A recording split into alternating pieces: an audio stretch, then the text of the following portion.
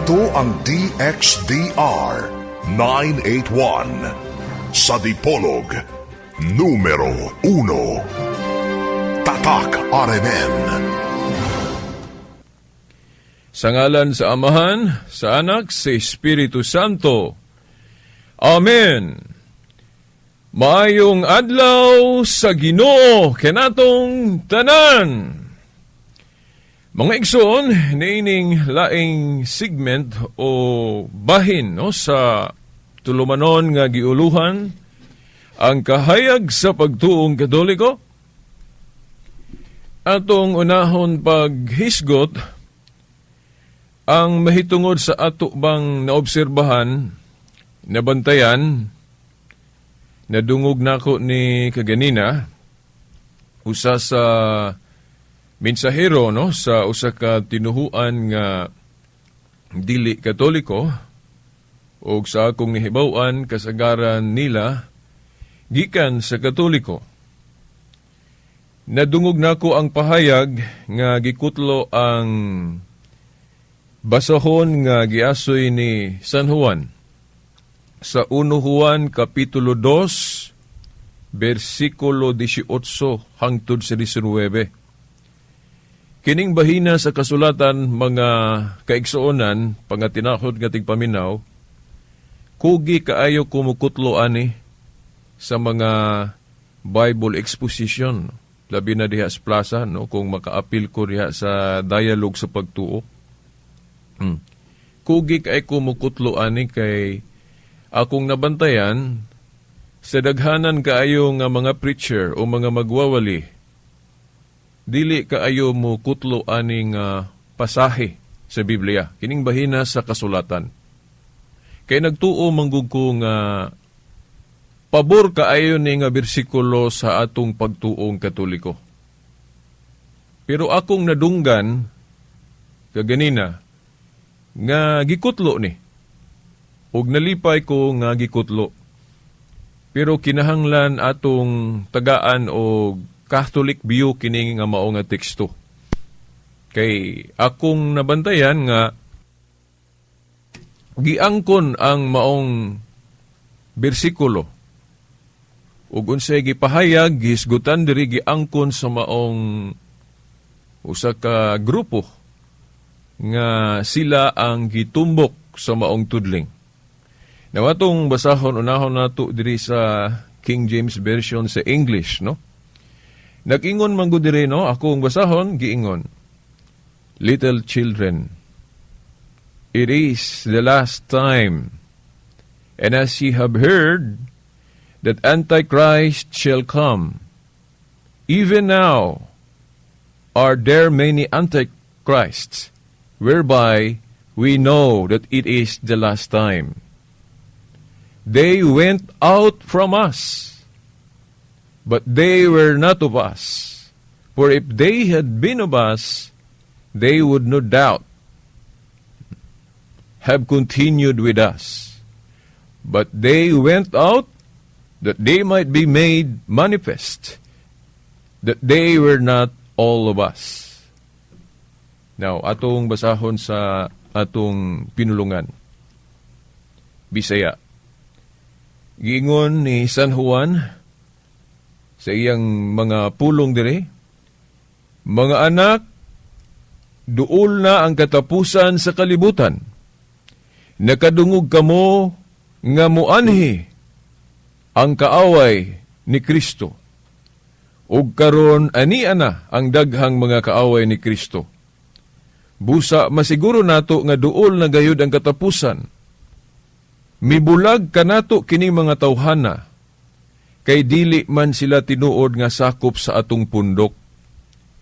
Kung tinuod pang ato silang mga kauban, magpabilin unta sila kanato.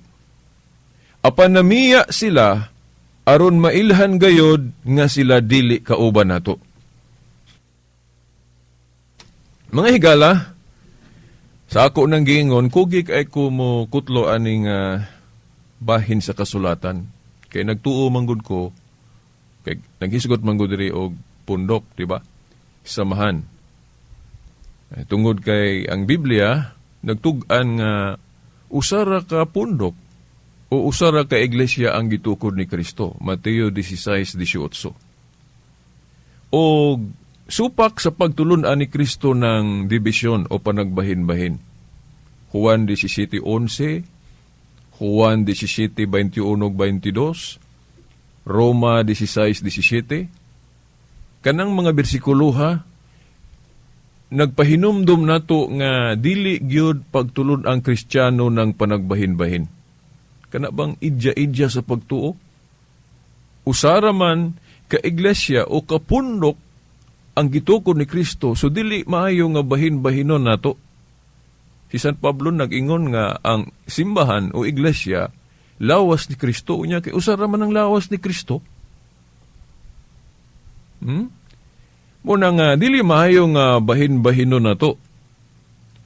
O gunya, sa atong pagtuo manggod, kanus-an ni nalitok ni San Juan ni adto pa ning unang siglo, 1st century. Kay natukod ni Kristo ang maong usa niya ka iglesia, unang siglo man, 33 AD.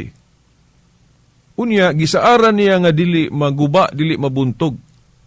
Magpadayon ko no, sumala sa gipasabot sa Lucas 1:33. Magpadayon ang gingharian ni Kristo, ang simbahan, ang iglesia, dili mahanaw. Unya, sa ato gong pagduki-duki sa church history, wa may laing pundok nga nagsukad panahon ni Kristo nga nagpadayon hangtod karon. Kini ramang tinuhuan nga gitawag og universal o Catholic, gibase sa pamulong ni Kristo sa Marcos 11:17. Nga, ang akong balay, di ba, nasulat man na, nga kini pagatawgon kini balay sa pagampo og alang sa tibuok kalibutan for all nations. Ang gigamit ni Kristo nga pulong dire, templo, building, no? Pero sa Catholic nga pagsabot o exegesis ani mga tinahod nga tigpaminaw, double meaning. Duha ka butang nga angay natong tagaag importansya diri ang gitumbok. Una, kanang building yun, kanang balay alampuanan, ug ang ikaduha, kanang balay nga nagpasabot og iglesia o pundok. Kay kanang balay god sa Biblia, mahimong gawion sa pagpasabot sa building, balay alampuanan, kay ang iglesia na may balay alampuanan. Di ba? Dayon, ang balay mahimo pong sabton nga katawhan ni Kristo o ang iglesia ni Kristo, dili ng iglesia ni Kristo nga nagsugod 1914. Iglesia ni Kristo nga gitukod yun ni Kristo niadtong unang siglo. So, atong timan ana, duha ka pagpasabot ng balay nga gisgutan sa Biblia. Mahimong building o balay alampuanan o mahimo pong tumbukon ang katawhan nga gitukod ni Kristo. Kay ang kaalam gud niya na, ang building o balay alampuanan naa diha ang presence of God. Sa laing pagkaistorya, temple of God gud, templo sa Dios. So ang presence of God naa o dapat gyud nga naa sa balay alampuanan. Unya, dili lang kay diha sa balay alampuanan, kinahanglan diha pod sa katawhan ang presence of God naa pod, kay giingon ni San Pablo nga ang tao temple of God, puy-anan sa espiritu.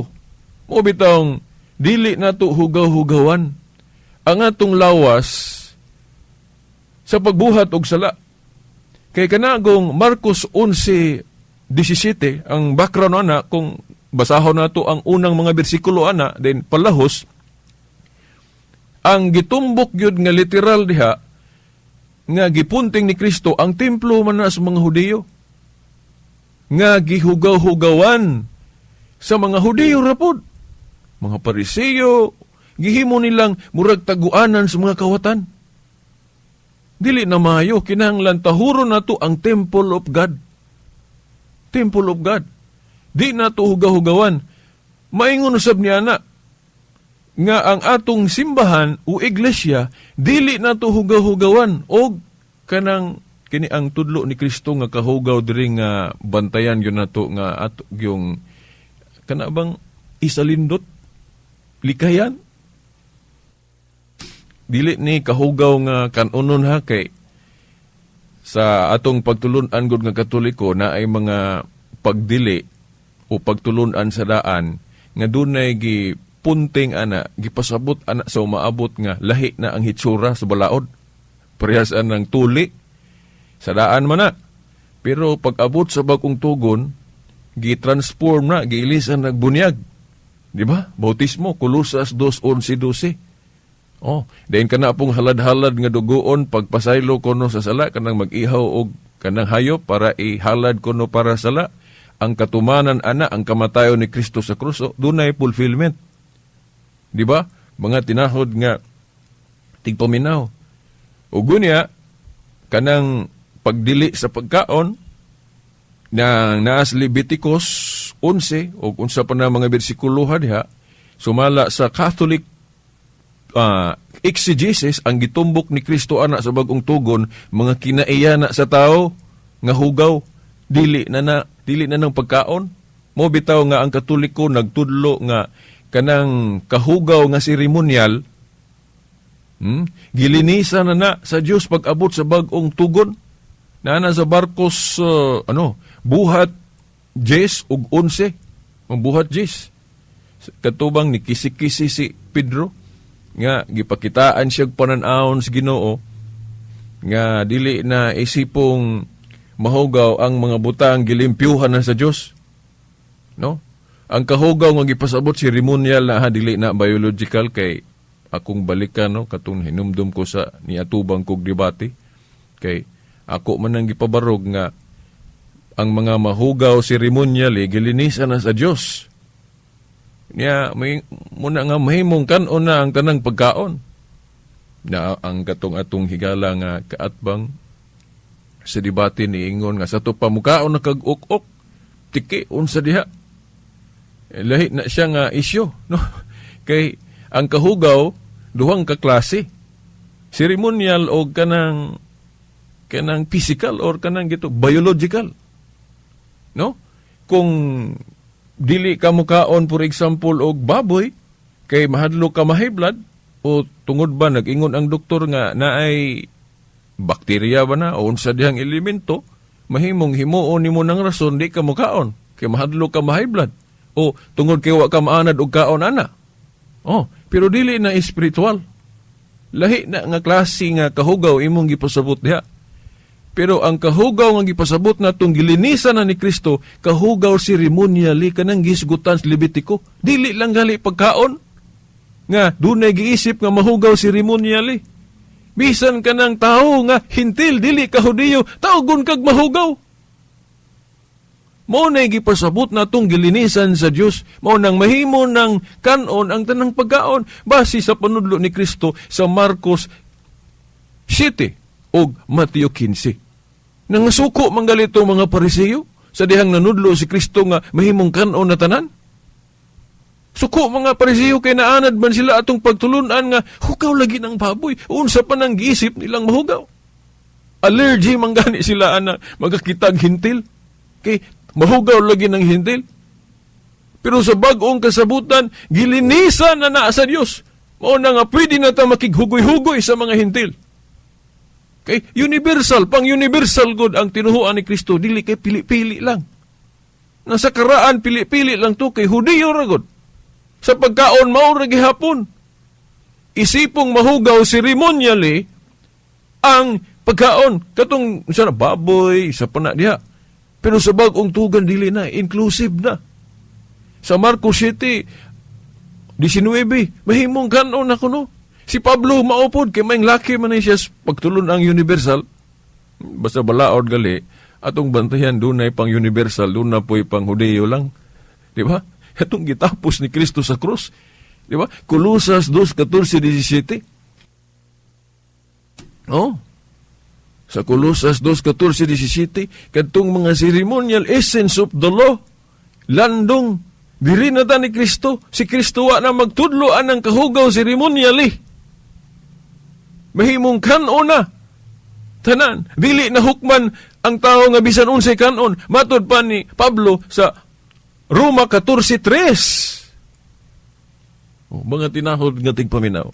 Mahimo ng kanon ang tanan. Dili na isipong mahugaw ceremonially. Pero kanang kahugaw biya nga mayong kag maingon ang doktor, ayaw ang mahimo ay ilag ka og baboy kay ma-high blood ka na. Lahi na nga isyo. Lahi na nga klase sa paglikay niya. Panglawas na for health reason na nimo pang physical. Mao na nga kay giingon mo ni Pablo nga ayaw hukme ang tao nga utanon re kanon o ang tao nga bisag unsay kanon. Roma 14:3. Sa tupa nawala na erase na ng ceremonial nga kahugaw. Sa Hebrews o Hebrehanon 13 versikulo 9. Klaro kay diha 8 ug 9 Hebrehanon 13 nga dili na makatabang ng pagtulunan nga kanabang mahitungod sa pagkaon nga doon na isipong mahugaw ceremonially. No? Hebrehanon 13 8 ug 9. No? Di na nakatabang kay sa pagtulunan ni Kristo mahitungod sa pagkamatarong ang kahugaw nga gitumbok niya mao nang mga binuhatan sa tao, mga kinaiyas taong dili mahayo kanang kahakog unsa pa na diha. Kanang mga kinaiyang dili mahayo. Nga kanang gihisgutan ni Kristo sa Marcos 7. No? Mga tinahod nga tigpaminaw. Kalaw ay kahakog sa pana mga kinaiyang dili mahayo. So, mao na mga tinahod nga tigpaminaw. Ug unya balik ta didto sa 1 Juan 2:18 ug 19, no? Gitawag og Antikristo ang mga tao nga mingbulag sa usa ka pundok nga gitukod ni Kristo. Mao nang kugi kay kumukutlo ani kay kamatuoran man ni. Nya wa man gilaing pundok nga nagsugod panahon ni Kristo nga nagpadayon hangtod karon kining Catholic Church. Di ba? Nganong Catholic? Nganong dili man ngalan ni Kristo mo himong importante diha nga itawag sa iglesyang gitukod ni Kristo? Nga, diha sa Biblia, Iglesia ni Kristo, Iglesia sa Dios. Nganong Catholic man yun? Now, ang rason tungod kay mo na gusto ni Kristo nga itawag sa iyang balay. Kanang pagtawag og Iglesia ni Kristo, sulti na ni Pablo kasagaran sa iyang sulat sa Roma 16:16, kana pong Iglesia sa Dios, kasagaran mo punay gamito ni Pablo sa 1 Corinto 1:2. Puros na husto, lain-lain iyang description. Pero kanang gikan gyud sa baba ni Kristo, ang gusto niyang itawag sa balay o iglesia, by the way, asa na mabasa nga kanang iglesia, balay sa Dios? Na nasa 1 Timoteo 3:15. Ang balay sa Diyos kuno mao ang iglesia sa Diyos. Di ba? Sumuna nga usaran ng iglesia sa Diyos ug balay. Niya, matod pa ni Kristo diya sa Marcos 11:17, tawgon og balay sa pagampo og alang sa tibuok kalibutan, universal sa to pa Catholic. Katolikos mo na sa Grego. O Katolikos sa Grego. Catholic.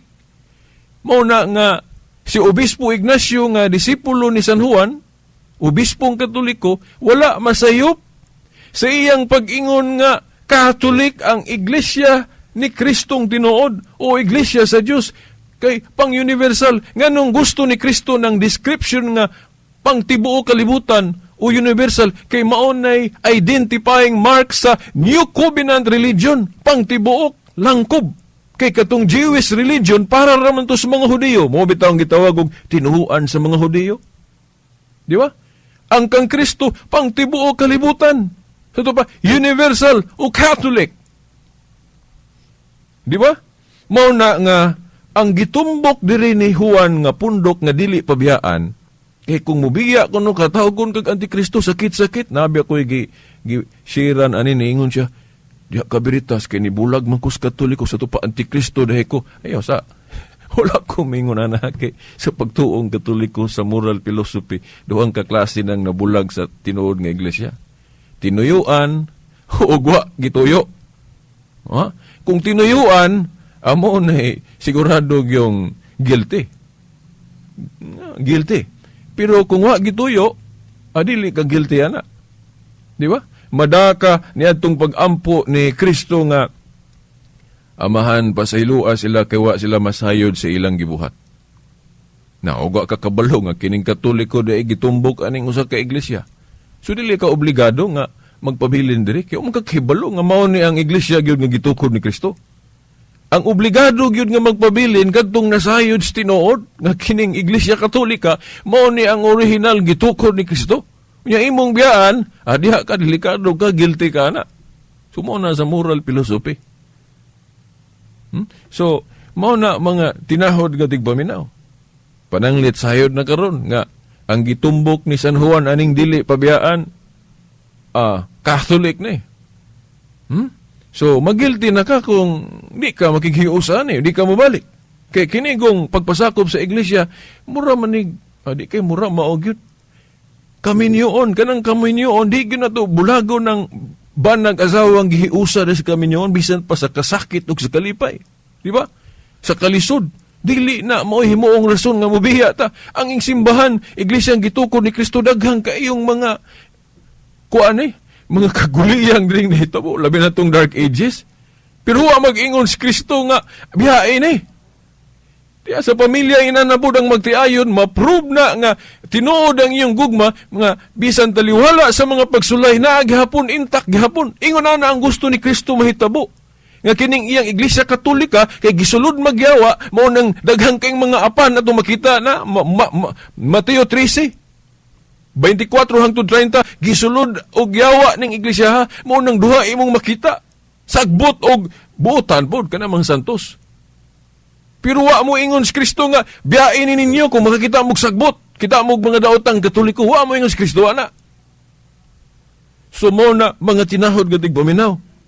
Unya, ang pinakabug-at yun nga hinungdan sa atong pagtuon aning 1 Juan 2:18 ug 19. Timan nga ang pulong ni Juan nga gigamit diri address ngadto sa mga tao nga iyang giistoryahan ani. Ang unang pulong gigamit niya pagtawag sa mga tao diri nga iyang giistoryahan ani mga pulong nga ingon siya mga anak. Mga anak o children diya sa King James Version sa in English. Mga anak. So, kini nagpasabot nga pare niyo dahi si Juan. Kay dili man siya mahadlok tawgon og papa o father. Kay kung mahadlok pa siya tawgon og father, dili unta siya moingog mga anak. Ingon unta siya diri mga igsuon. Pwede ra man pod mga igsuon, di ba? Pero ang gigamit niyang mga pulong diri pagtawag sa mga matuhuon, ingon siya mga anak. So, kay mga anak man iyang gitawag sa mga matuuhon sa ato pa andam siya, dili siya mahadlok tawgon og papa, father. Kay kanang anak, muingon ang gali ng amahan, anak, ang tubag yun sa anak, papa, father. So mao na nga Katoliko si San Juan. So mao na mga tinahod nga tigbaminaw. So kanang Marcos 11:17, prophetic na, no? Gitumbok ana nga ang balay di nato hugaw-hugawan kanang templo sa Dios ug ang iglesia pod nga gitukod ni Kristo di nato hugaw-hugawan mo na mga Katolikong naminaw ron kung kugita maghimog sala igo taan ng Marcos 11:17 kanang maghugaw-hugaw sa balay sa iglesia. So mo na mga Katolikong naminaw mga igsoon ko minaw mamalandong ta kay kanang gipangsaway ni Kristo sa Marcos 11:17, mahimo na nga ma-apply sa atong panahon nun. Kitang mga Katoliko nga nagbuhat og sala, igo ta na, gihugaw-hugawan na to ang iglesia. So, kung tinuod tang sakop, dili na to hugaw-hugawan ng iglesia ha. Para pod maakay na to. Madani na to pagbalik ang mga nibulag, kay ang ilang nakita agad sa iglesia, kanaramang hugaw. Di naman sila kita sa mga santos, Mother Teresa, San Vicente, San Antonio, di na silang kita, ana. Ang ilang makita, katong mga buluyagong Katoliko. Mga tinahod nga tigpawinawa na ko igong panahon, no? So, sunod Domingo, at ang inausap, pero ayaw kalimot nga, basin, unya sa sangka, maka-apil ta, no? Sa programa sa sangka, o sa programa po sa Catholic Faith Defenders sa grupo gyud. Unya gabi mga alas 8 tama alas 9. Okay, hangtod sunod Domingo pohon sa mga oras ug istasyon. Sa ngalan sa Amahan, sa Anak, sa Espiritu Santo. Amen. DXDR Tatak RMN